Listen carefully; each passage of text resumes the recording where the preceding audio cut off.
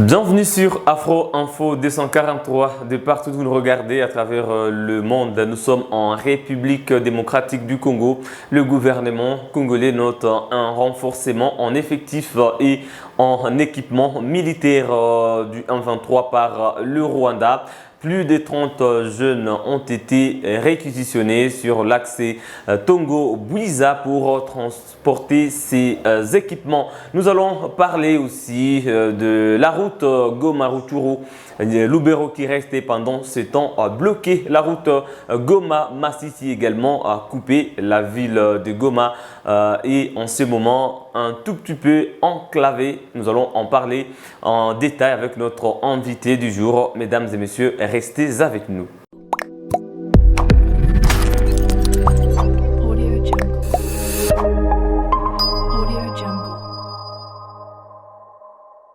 Encore une fois, bienvenue mesdames et messieurs. N'oubliez pas de vous abonner à Afro Info 243. Il suffit simplement de cliquer sur s'abonner, ouvrir la cloche des notifications. Laissez-nous également un j'aime. Notre consultant du jour s'appelle Ghislain Baraka. Il est journaliste des questions d'EPE sécurité dans la région des Grands Lacs. Bonjour Ghislain et bienvenue. Bonjour Jospin Hangui, bonjour à toutes et à tous. Voilà, c'est lors du dernier Conseil des ministres que le ministre des Affaires intérieures, également lui de la Défense, qui ont fait des révélations sur la mort ou l'assassinat d'au moins 6 personnes par machette dans le camp de Kanyaruchinya. Bon, bien sûr, un assassinat perpétré par les rebelles du M23 qui se sont également affrontés à des groupes armés dans le groupement des Moudja, c'est non loin des Goma. Nous commençons par cet assassinat, monsieur Ghislain Baraka. C'est quand même horrible. Horrible. Il y a d'abord l'assassinat de plusieurs civils au niveau de Kishishi avant cette mauvaise information. Et ça fait beaucoup encore de victimes. Il y a eu des violences sexuelles qui ont été aussi enregistrées, des femmes et des filles qui ont été violées toujours en territoire de Rutshuru avant qu'on vienne sur le territoire de Nyiragongo, le territoire de Nyiragongo qui est sur la porte de la ville de Goma. Et la situation devient de plus en plus préoccupante au niveau des humanitaires, au niveau même des familles d'accueil, au niveau même de la communauté qui reçoit tous ces déplacés. Il y a aussi des problèmes de maladies qui peuvent aussi surgir dans une situation pareille parce que beaucoup d'enfants sont en train d'aller se débarrasser auprès des bureaux, auprès des écoles et même dans des coins, dans des sentiers et dans des chemins. Et ça fait vraiment qu'on commence à craindre non seulement sur la situation sécuritaire qui est de plus en plus critique, mais aussi sur la maladie et diverses autres formes de maladies qui peuvent survenir petit à petit avec cette situation. Et donc, il faut encore une fois que les autorités congolaises mettent des énergies possibles pour que cette guerre puisse prendre fin. Voilà, nous allons rester plus sur l'aspect humanitaire au cours de cette émission. La ville de Goma qui reçoit des milliers de déplacés aujourd'hui parce qu'à Kanyaruchinya, c'est invivable. La vie devient aussi très chère à Goma, le coût de vie, parce que les marchandises qui étaient bloquées à Kiwanja, Rutshuru, bien sûr, il y en a qui sont déjà débloquées, mais la route reste bloquée. Le M23 avait essayé un peu de libérer certains véhicules quand il avait fait son communiqué, faisant état d'une volonté de vouloir se retirer, si seulement s'il dialoguait avec le gouvernement congolais, mais il y a d'autres marchandises qui sont bloquées. Il y a le poste frontalier de Bunagana qui reste aussi bloqué. Et une autre mauvaise nouvelle, c'est que la route Goma-Masisi sur laquelle est aussi bloquée, coupée d'ailleurs au niveau des Katale, c'est sur la route là que c'est Masisi, Masisi-Walikale bien sûr.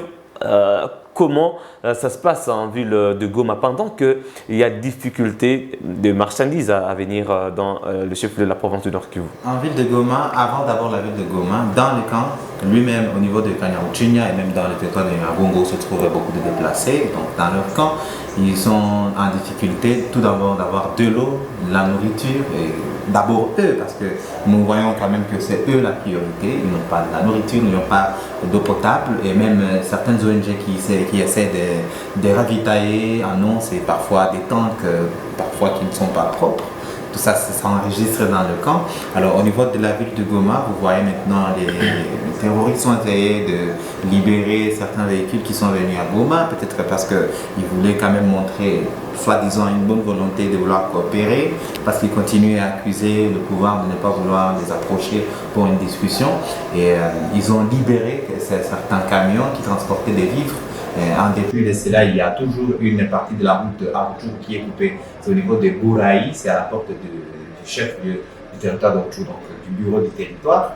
Au niveau de Massissi, il y a ces coupures des routes que nous signalons. Il y a plusieurs éboulements. En période pluvieuse, juste vers la fin du mois de novembre, il y a même dans cette période début décembre, il y a toujours des éboulements et des érosions par-ci par-là, au niveau des Ratales bien sûr. Mais avant cela aussi, il y en a d'autres éboulements au niveau de Bité, c'est après Nyamitaba, toujours dans la voie qui va vers Massissi Centre, sur cette route qui va à Walikale.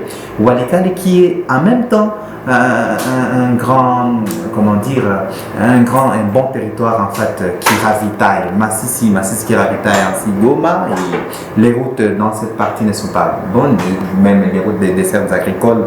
S'il faut éviter de ne pas parler peut-être de parler de cette route nationale numéro 2, alors même les routes des dessertes agricoles sont aussi bloquées. Heureusement qu'il y a un projet local de développement 145 territoires du chef de l'État qui est en cours et qui va bientôt se focaliser sur les routes des dessertes agricoles. Mais qu'en est-il pour la route nationale? Et voilà. Bon, alors, au niveau de la ville de Goma, il y a hausse des prix des denrées alimentaires, des produits de première nécessité partout là, et on sent actuellement qu'on fait aussi face à la faim, surtout pour les communautés, les citoyens lambda. Voilà, la ville de Goma, en tout cas, il faut le signaler, est ravitaillée en aliments ou en denrées alimentaires par deux sorties. C'est la route Massissi et la route Rutshuru, surtout la route Rutshuru qui va jusqu'à Beni, jusqu'à Lubero, allant même vers la province des Lituri. Donc la situation est vraiment compliquée pendant ce temps. Alors, parlant de cette guerre imposée à la République démocratique du Congo, depuis le communiqué du M23, il n'y a pas eu de réplique directe du gouvernement congolais. Est-ce pour dire que ce sont les affrontements qui doivent résoudre toujours ces problèmes? Le chef de l'État a été déjà clair. Félix Tshisekedi a déjà dit qu'il n'y aura pas de négociation. Même le porte-parole du gouvernement, Patrick Muyaya, l'a aussi déjà dit. Et peut-être que la RDC garde sa position. Comme je le disais, j'intervenais dans une autre émission sur Affront Info 243 récemment. Et on sentait quand même que le gouvernement congolais ne voulait pas du tout discuter avec les rebelles, même si eux continuent à attendre.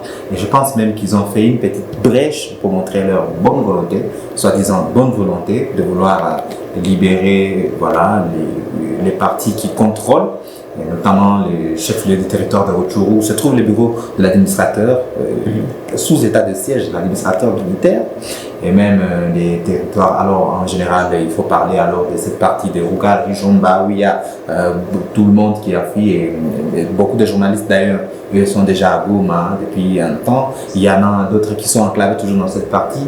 Et la société civile, beaucoup d'acteurs de la société civile qui sont aussi bloqués dans ces niveaux et qui craignent de leur sécurité. Enfin, le gouvernement congolais ne veut toujours pas, à ce que moi je vois. Oui, le ministre de la Défense a dit que les opérations militaires se poursuivent. Donc, c'est pour dire que nous sommes sur la voie militaire aujourd'hui. Il faut toujours signaler cette difficulté encore dans laquelle est la population qui est aussi dans cette partie. Parce que lorsque même le gouvernement congolais déclare qu'il y aura des opérations militaires dans cette partie, sans pour autant savoir où seront les populations civiles qui sont encore dans la zone, c'est encore beaucoup plus dangereux parce qu'il n'y a pas eu de plan de sortie pour les civils. Et même s'ils voudraient sortir, comment est-ce qu'ils vont sortir? Pourtant, il y a là-bas les terroristes qui sont dans la zone. Et des vidéos qui ont circulé montrant le porte-parole du M23 en train de s'adresser à des foules de la population, à Rutshuru ou encore à Kiwanja. Donc, c'est une façon aussi de mettre une pression au gouvernement congolais sur le plan militaire, montrer qu'il y a des populations civiles ici, ce qui va rendre difficile les opérations militaires. Ils ont déjà fait beaucoup de meetings dans la zone, exactement. Ils ont déjà passé des activités de couvre-feu. Ils ont d'ailleurs brûlé une maison traditionnelle une véranda de IRA dans cette partie, et ce qui continue toujours à attiser aussi les conflits les conflits tribalo-ethniques, parce que en parlant aussi de cette question, ça continue à fâcher. Et même si le président de la République continue à dire que la RDC n'a pas de problème avec les peuples rwandais ou les rwandophones, et que voilà, il faut toujours penser que la tête du problème, c'est le président rwandais Paul Kagame. Vous savez tout simplement que lorsqu'il y a de tels conflits qui continuent au niveau de la région et qu'on est capable de cibler la langue des gens qui sont en train de commettre des atrocités, c'est toujours pas rassurant, et la confiance n'est toujours pas régnée. Et ça continuera toujours à diviser, raison pour laquelle le président de la République, le garant de la nation, en même temps le chef de l'armée, doit vraiment tout faire alors pour matérialiser qu'il y a la guerre et que ça se passe une fois pour toutes, mais aussi qu'on puisse savoir où seront les populations civiles pendant la période de guerre, par quelle voie ils vont sortir. Alors, au Conseil de sécurité des Nations Unies, c'est presque tous les États qui ont condamné cette agression de la Russie aux États-Unis d'Amérique, en passant même par la France qui voulait à un moment donné jouer la médiation. Mais c'est quelques jours après seulement, ou quelques heures après, que le gouvernement congolais dénonce un renforcement du Rwanda au M23 en armement et en effectif. Est-ce que le président Paul Kagame se méfie de tout le monde actuellement? C'est méfier de tout le monde ou pas. Il n'est pas seul, et d'aucuns le diraient. Il travaille avec des grandes têtes derrière lui, des grandes puissances derrière lui. Et donc, même certains seraient en train de mentir à la RDC, de mentir à Tshisekedi, le président de la République, lui montrer qu'ils sont derrière lui. Chaque fois dénoncer, chaque fois, vous voyez des condamnations, des sanctions contre les uns, contre les autres. Ce n'est pas ce qui rassure. Ce qui rassure actuellement, c'est de montrer que la guerre prend fin et chacun met sa main.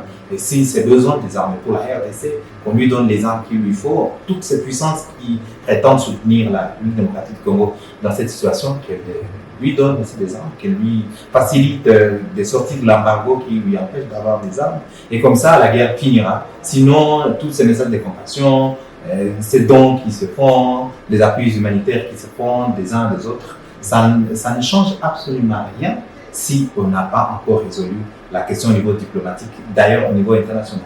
Voilà, on a parlé d'un taximène également tué par balle par les terroristes du Monatoire à Kichanga. C'est déjà le grand tuteur de Massissi, donc Massissi est en ce moment menacé par le M23. Mais il y a quand même une force régionale qui est venue ici, composée essentiellement des Kenyans, pour empêcher cette progression du M23. Mais sur le terrain, rien n'est changé. Ce qu'on peut dire que toutes ces forces-là actuellement ne servent à rien, que le Congolais doit juste compter sur les FARDC. Revenir d'abord sur la question du taximène qui est tué à Kiwanja. Il y a aussi une femme qui vient de tomber, qui est morte d'avant-midi, c'est lundi, au niveau de Rutshuru, lorsqu'elle voulait aller se rendre dans une structure sanitaire au niveau de Rutshuru Centre pour aller accoucher.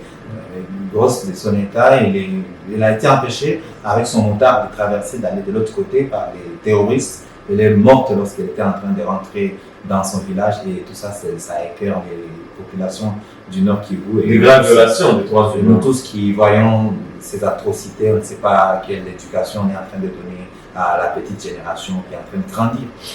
Au niveau de tout le monde qui veut créer un climat de réconciliation entre la RDC et le Rwanda, ou soit comme la visite de Uhuru Kenyatta récemment, c'est bon que l'Afrique ou bien les pays voisins interviennent directement dans cette question et qu'ils cherchent toujours à apporter des solutions, des pistes de solutions. Et ça ne donne toujours pas, ça n'a pas donné exactement. Les terroristes continuent à se renforcer de l'autre côté, et malheureusement au niveau de la frontière avec l'Ouganda qui aussi actuellement se présente comme un grand agresseur de la RDC à partir des propos du général Muhoozi Kainerugaba, qui toujours veut montrer qu'il a, qu'il a toujours des bonnes relations avec son pays et Paul Kagame. Alors on sent tout simplement, actuellement, on ne sait plus croire en toute forme de négociation qui soit surtout parrainée par un pays voisin ou qui que ce soit. Bien sûr, comme je disais tout de suite, la guerre est au niveau international, la diplomatie est de haut niveau. Il ne faut pas que donc cette question soit traitée d'une manière simple et légère. Comme heureusement, sinon on va discuter, il y a un éveil patriotique actuellement. Tous les jeunes se mobilisent autour du président Tshisekedi déroulé par DC.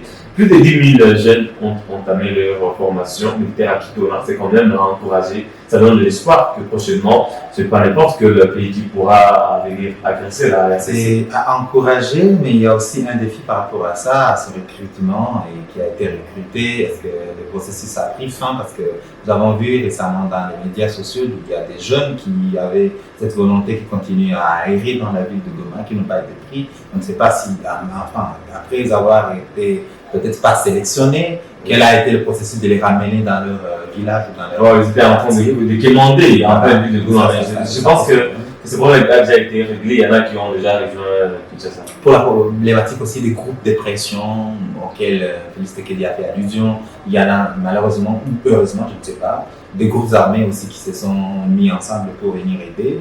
Il y en a au niveau de Kichanga, centre qui, tous les rebelles, tous les chefs rebelles, tous les seigneurs des guerres se sont mis ensemble et voilà. C'est d'ailleurs apparemment eux qui barrent la route M23 de passer par Kichanga et prendre Massissi, parce que Massissi, s'ils sont déjà à Massissi, il y a beaucoup de collines et c'est facile de bombarder même sur la ville de Goma. Alors cette situation aussi inquiète beaucoup les Congolais parce que le recrutement qui a eu lieu, c'est une bonne nouvelle pour les Congolais.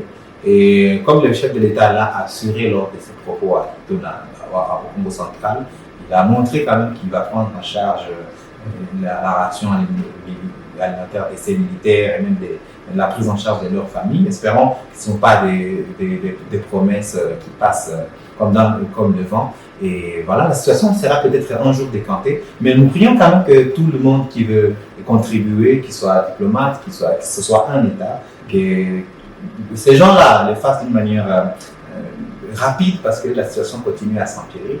Les populations Nord Kivu, dans la partie de Rutshuru, continuent à subir les exactions et les violations graves de leurs droits de la part de ces terroristes de 2023. Voilà, nous sommes à la fin de l'année. En décembre, il y aura des festivités, bien sûr, de fin d'année. Vous avez quel message au gouvernement congolais face à cette coupure de route à Massissi, mais aussi face à ce blocage des denrées alimentaires par l'entraînement de la route Goma à Rutshuru, parce qu'en ville de Goma, il y a en tout cas une précarité qui s'installe à peu près. La situation sera grave pour la population du Nord Kivu et peut-être aussi de tout le pays, surtout pour Kinshasa, parce que beaucoup de liens qui sont amenés à Kinshasa, des nourritures viennent de Goma, surtout la pomme de terre, ça vient de Goma, par l'aéroport de Goma pour joindre Kinshasa, peut-être qu'ils consomment d'ailleurs des Kassai, mais s'il faut compter sur la ville de Goma, actuellement ça ne sera pas possible parce qu'il y a toutes ces routes qui sont coupées au niveau de Massissi, au niveau de Rutshuru. Ouais, les deux voies de sortie à l'interne, parce que si ce n'est pas la Rutshuru, alors on passe par le Rwanda ou on va par la cuisse pour aller à. Et vous voyez aussi beaucoup de dangers qu'il y a par rapport à ça. C'est toujours la RDC qui va perdre si les Congolais vont se ravitailler de la part du Rwanda parce que la frontière n'est toujours pas fermée jusque-là. Et ça sera. Mais les relations ne sont pas bonnes. Les relations ne sont pas bonnes, mais les frontières sont ouvertes. Donc on va au Rwanda, le Rwanda va en RDC. Et c'est ça. On ne sait pas pourquoi jusqu'à présent le gouvernement congolais n'a pas décidé de fermer la frontière parce qu'il y a eu une fermeture partielle. Lorsqu'on ferme à 15h mais qu'on ouvre à 6h, ça ne change rien. Là, vous des entrées. Et d'ailleurs, quand on ferme la frontière la journée, qu'est-ce qu'on cache la nuit? Parce que la sécurité ne peut pas être faite la nuit. Et voilà. Et dans cette période donc, de fin d'année, les populations de l'Est, particulièrement ceux de la ville de Goma, seront en grande difficulté d'avoir de la nourriture ou soit de fêter comme il le faut. Et d'ailleurs, les déplacés, eux, on ne parlera pas de fêtes chez eux. D'ailleurs, avant même de discuter, le gouvernement a dit qu'il y aura des nourritures pour les fonctionnaires, des tests. On ne peut pas affecter ces moyens de déplacer des Kanyamuchis. Bon, affecter les moyens, l'assistance humanitaire et tout ça, ce n'est vraiment pas tout ce qui intéresse un agriculteur, un paysan qui vivait chez lui calmement et qui avait à boire et à manger dans son village. L'essentiel, c'est le retour de la paix. L'essentiel, c'est le retour de la paix, même si on leur donnait tout ce dont ils ont besoin comme nourriture, comme lieu de dormir.